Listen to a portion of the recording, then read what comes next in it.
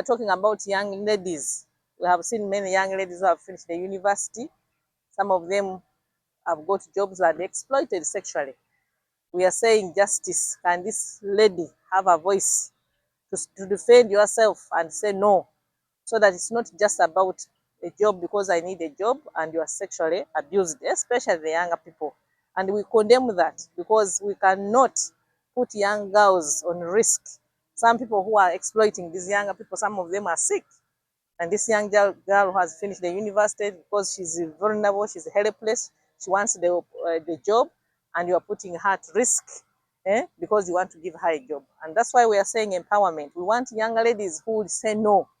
Yes, I need a job, but I'm not going to be exploited sexually because I need a job. Girls who will speak out. In case you are forcing me, I have the right to report. I have a right to speak out because I know who am I and I'm empowered. So that I have the right to have a job because I've computed, maybe I've done interview and I've excelled. I'm the best. So there's no point for you to be sexually abused because of a job. So we talk about empowerment and we want the younger people out there to communicate, to raise your voice and say this is wrong. If you don't do that, then they will continue exploiting you. You are not going to compromise because you need a job. You can get a job without being harassed sexually. So that's what we are talking about. We had laws, people who have been filed, others are arrested, and because others maybe they don't have the people to support them. Others, because they are poor, they take advantage of that. But we have laws in Uganda that protect the rights of young girls. We have the law that protects us, the women. That's why even those who are married, you cannot now go and sell maybe your house or sell land when you have not consulted your wife in case you have been married. So there are laws that are protecting us. And maybe what we need access to justice is some of these laws on paper. Maybe we need to, can we help the people to know them? This talking about the village women, the women who are in the rural places, do they understand?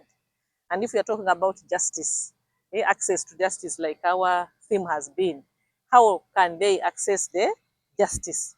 Where do they go? Of course, we have probation, we have, the laws are there, we have for family, at the police, there is family desk, in case they have issues.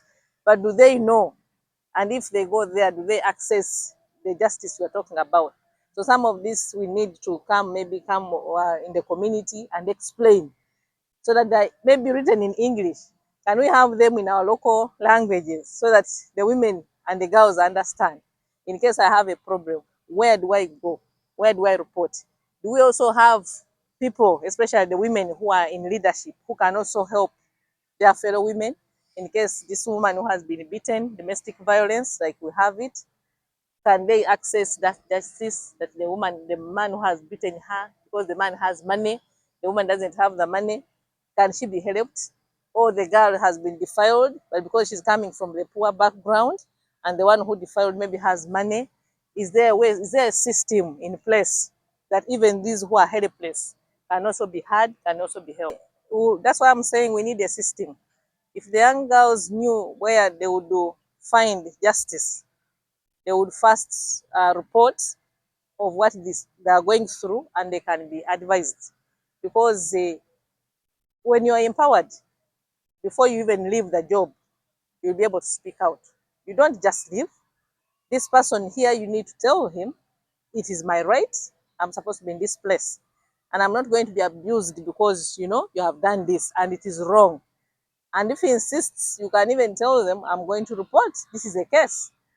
So we need to have a system that young girls are not threatened to just withdraw and leave because you want to sexually abuse them. So that they know, if I have this case, where do I run to seek support? I know of an organization here, Women with a Mission. They help young girls who are going through that. So those are organizations that young ladies need to know. If I have an issue, where do I report? So that they have even their numbers, contacts. That when I have an issue, this man is on me, is tough on me. I can ring, I can consult, and they will give me the ideas of how to handle this. So for me, I would think it's about more being the girls being empowered to speak out, to be courageous, because I mean, if you're going to continue running away from every job they give you, and because somebody wants to do this and you run away, you end up not having a job. These men are there. I mean, if you are courageous and even you speak to them, they even fear you because you tell them, if you insist, if you continue following me, I'm going to report this case. And these days, things are okay. You have your phone. If it's too much on you, you are recording. Yeah, you record him. That is evidence. So that if you are too much on me, you even tell him, I've recorded you and I'm going to report you. He will fear. He will even tell you, just forgive me, I'm not going to do that. So we want to just, I think for me, I want to see how do we empower younger girls, especially who are going into the labor market of work. How are we going? Because we're not going to run away because, and where you are going, you also find men, maybe who are also like this one. So how are you going to be running throughout because somebody wants to harass you? You must be resilient to make sure that you protect yourself, but also seek support. We are here. I'm glad that I'm a woman and I'm coming in to be the mayor of Mbale City. That's why we are there, so that we can support you. And we want to really to condemn this. If we have men who are in offices and abusing young people, and not only young girls, but even women also go through that. Because you have not submitted in, to make sure it gives you hard time, make sure he wants to, during appraisal, he's talking about nonsense. That's why we are here, to make sure that we raise a voice and we have space and we speak out on this. My name is Betty Balisalamu. I lead an organization called Women in the Nation. Happy to be hosted by one of the best media persons in Bali, and we are glad to talk about issues around sexual harassment, sexual violence, and as we know, this is a Women's Month. March is a Women's Month, and on 8th we celebrated women, International Women's Day, like all organizations around the world celebrating the claims of women. So just briefly about Women in the Nation, we are a women-led, feminist-led organization that is non-profitable, but was created to advocate for issues of gender equality, issues of responding and prevention of SGB, that is gender-based violence against women and girls, human rights violations, and also health-related problems against women and girls. So just that is briefly about Women in the Nation. And some of our objectives are the niche is access to justice for victims of human rights violations, and that is where we provide legal aid through lawyers to ensure that victims, especially those who go through sexual harassment, and foremost, we defend and advocate for women being free from violence. And of recent, we had a campaign around my body, my choice, my rights. And one of the messages talked about a protection of women free from violence, harassment, stigma, discrimination.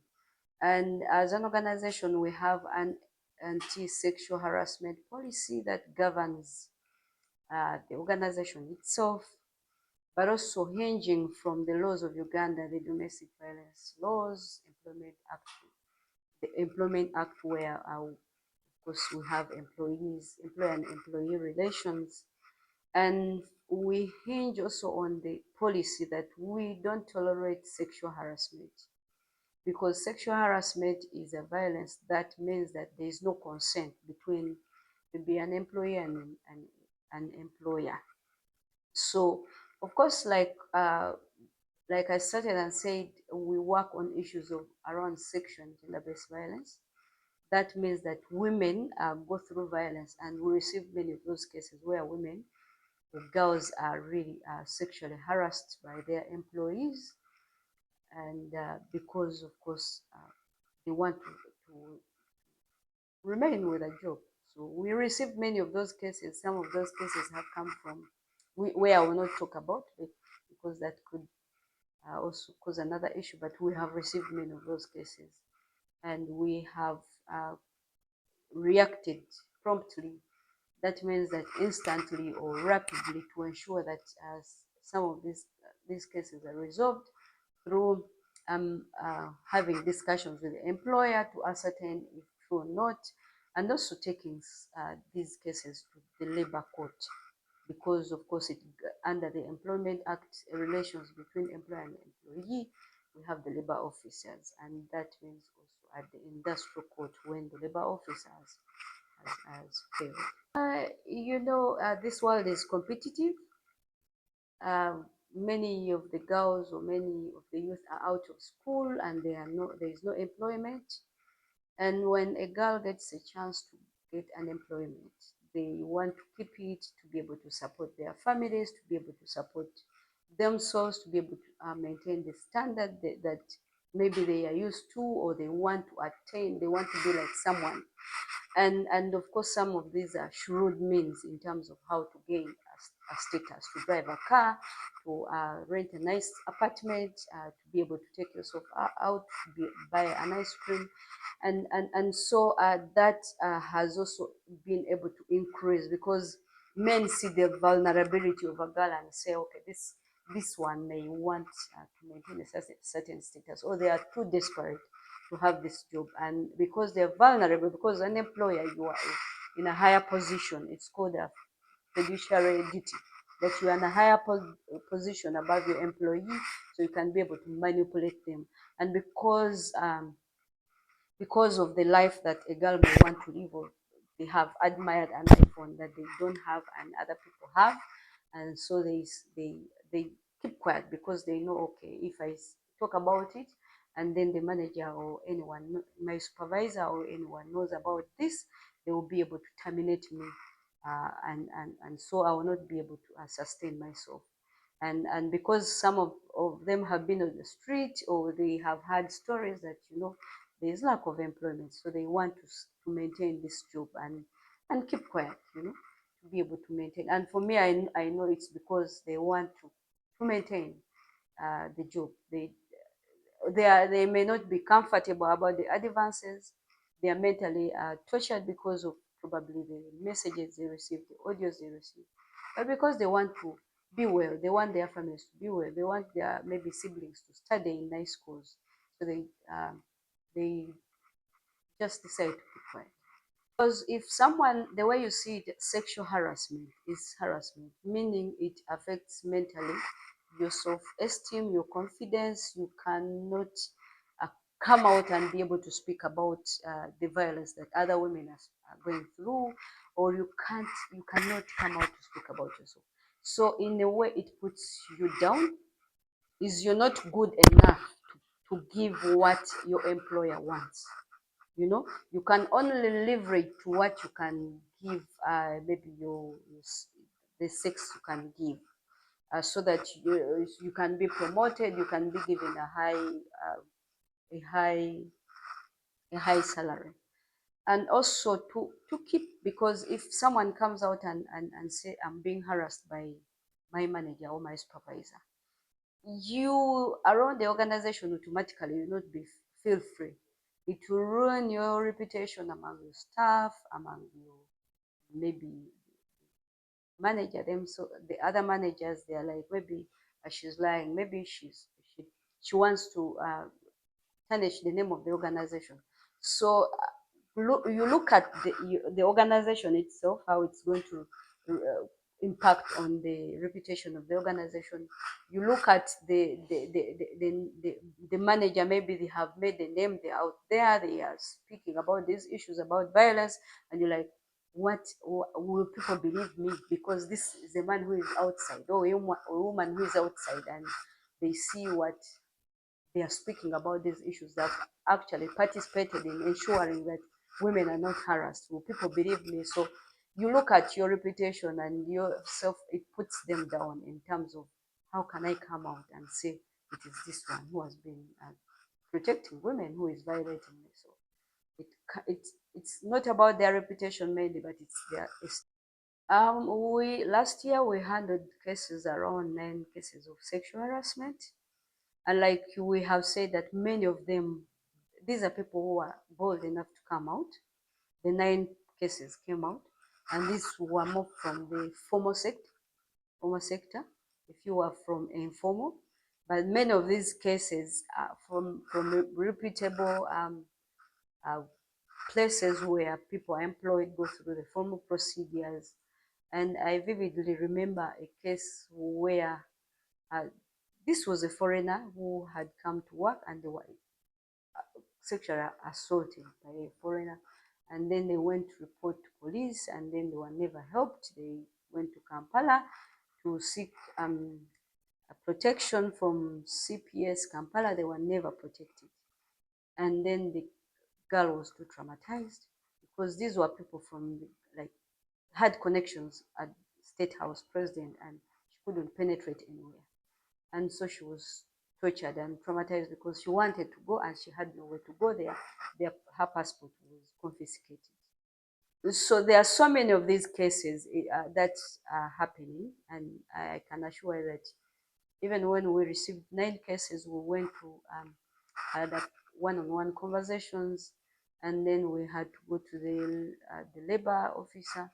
But some of these decided to just give up because they were traumatized psychologically, and they lost interest in the case. For them, it was about their well-being, and and so I could not tell you that we have succeeded, because the girls are traumatized to the extent that they don't want to go ahead with some of these cases. We have not investigated in terms of whether they are given money or not, but most of these people that we talk to are really traumatized psychologically. They really need psychological um, counseling, because it has traumatized, because some of these are really even yeah, most of these have actually been threatened by their employees through messages, through sending people to threaten them. So they face threatening violence from their from the accusers of perpetrators. So they live in fear, and some of them have decided to move away from their places where they usually work, and they go far because they fear for their lives, and most of them wish for safety. And because we couldn't go further with their cases, we have really been there to support them to move places of safety. Sexual harassment of girls. And I want to say, even as we are speaking, we have gone through that. I could give my story, and that came way back when I had finished S6, and I was waiting for results, and I was working in a supermarket. And that was then, of course, you were gambling, you want money. Yeah, little did I know that I would be a lawyer after some time. And then I will not speak about the supermarket, but I refused the advances. And then I faced harassment, like real torture, until I had to give up. It came like that. Every space that I have worked in, I've faced sexual harassment. And I could tell you that I never gave up. I chose to be tortured, and when I saw the torture was too much for me, I chose to leave. And I remember when I was trying to apply to be magistrate, it was the same problem. We go through a lot. Women cannot come and tell you and talk to you, but people have gone through a lot. And I could say every woman, probably now a man, we are not saying that if it's consented. When it's consented, it's okay. But if it's unconsented, if it's unwanted, then it becomes sexual harassment. Because we know that people, adults, they can have relations even within work or out of work. But if it's unwanted and invited for, it becomes sexual harassment. And we can tell you that every one of us has gone through a lot. Women, we can strongly say we are here, we have stood, and you should come out. It is a collective action. We just remembered of recent when Shiba came and said, you know what, I was sexually harassed. She came out. that gives you a clear picture that even at that level, with her empowerment, that she can be able to earn millions of money, she was sexually assaulted. That means people in formal or informal sectors have been sexually assaulted. But you don't have to be there and stay and say, okay, I need to really care for my family. I need to stay because I need to get money. Because we know it causes torture on you, and you may not see it now, but with time, because at the end of the day, you're like, I think I can't give my efforts. They can't recognize my efforts unless someone has slept with me. And you know, when someone has slept with you, when another employee who is beautiful will come on board, they will leave you and go, and that will torture you more. So I implore everyone, every girl or woman who is being sexually assaulted, whether by teachers or by fellow employee, whether supervisor or the line manager or the same level, please come out and speak out. And we are here. It is about a free world for women, free from violence, from stigma and discrimination. And we really need to celebrate women who come out, and you'll be one of them. We need to come out and end some of these cycles of sexual violence. We compete for these jobs. We are the same like the men. We compete not because we are giving into sex or sexual advances or like being taken out, but you compete because you have the qualifications, you have the energies, you have the vibes that they make. Makange nangwa Kalenda Sara, number within the Associate Division as a Probation and Social Welfare Officer. And the Probation Officer, Chimimokisi, Hola Majali, Dolela Bulayi bw'omwana mu community, era nalolera right from the family, kuba omwana huba bulayi, wakiri kulolera family yusi omwana ihamenya mu family. Mayi humulinda wa papa humulinda hamulinda ali. So shishikira kwa balaisa inamba yefe obanga ese probation officer n'abalaisa inamba yange yositsana kanawulira nabi tsisonga tse munzu, especially tse bamayi kuba most cases bamayi nibo baba ni challenges mutingo kubanga balolera babana babe. Mwenda Society Division Babambali City majali bamayi batala kuba ni challenge tsifana tse one baba ni washisu muzungalanga sexual harassment. Sexual harassment siwamba kumayi enyene mungota nenga itsahituyanga omwana itsa n'omuhana aba affected musambweri mu community tyotu ya babana besi baharasinga majali omwana omuhana hufura kuba ni bad touches oba mu masomero oba mu community, especially bamayi abalumana babana kutya hukulani hukulisa bindu angolobe babana nga mu community batera kutya mo babandu bahali balaita uti omundu akupa habinaho omwana uti omundu hamba omwana humabere, which is not good. That is part of sexual harassment. Then also mu offices tera kuba ni babana abita hola internship babana nga bano always batera kuba sexually harassed by the so-called supervisors. Babana nga obitaga buyeti so that siba falling prey of such etc. Umwana isitana ama ku university na hali mahenja kusoma nenga engula for attachment oba internship umundu habonanga maybe anyamu befriending baba a girlfriend yet umundu kana ku befriending omwana ayo is a married man ari watana kuingisa umwana mu bugozi buhali bulayita waendinga kukumurambisa shihalishira ito. Imagine umwana watya kusoma ne enyu hayonga instead either wafuna a man friend atenga siri kumufuna kuwe kukana kweweta, but just because atya kusoma wa becoming vulnerable wabonanga unless she offers herself maybe she may not find peace in that so-called office where she has gone for attachment. Then also I happen to have someone who reported to my office an issue of sexual harassment sometime, and this girl had come for attachment or internship. So she started very well, but shortly after there were these sexual advances from the so-called supervisor. This girl felt it wasn't so good because she needed freedom, she needed to be free so that she could be able to learn. So she came and approached me in my office and told me what was going on. Good enough, I must say she reported on time. It wasn't late. I was able to harvest this issue. I counseled her and I was able to meet her supervisor. This supervisor was a good listener. Yeah, he knew what he was doing was wrong, but again, he was able to, to request for forgiveness. And then the girl, I must say, I did not allow this girl to continue with that attachment in that office. I had to request another office, take her up, and she completed her internship very well.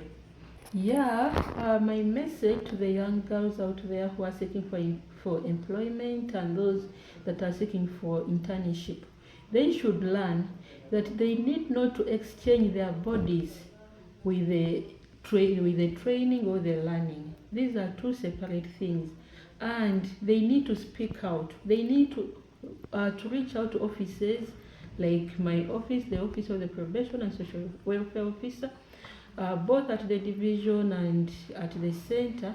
Then also police, even at police, we need to report these cases. The girls should not keep quiet, because if they keep quiet today, it is going to affect them tomorrow.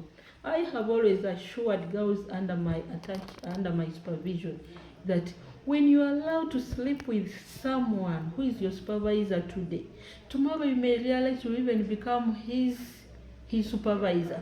So it will be very hard for you tomorrow to stand before this person and address. And also, such people, they are more of their parents. So your supervisor is more of your parent. So I always advise girls never to allow such advances towards them. It affects their development as girl children and women in the future.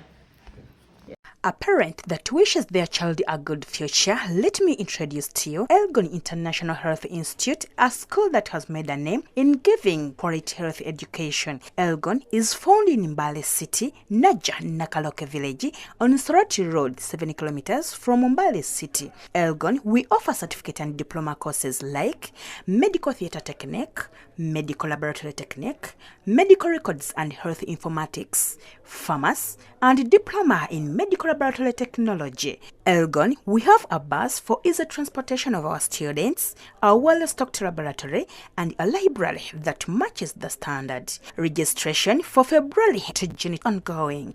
Elgon International Health Institute, for a better student.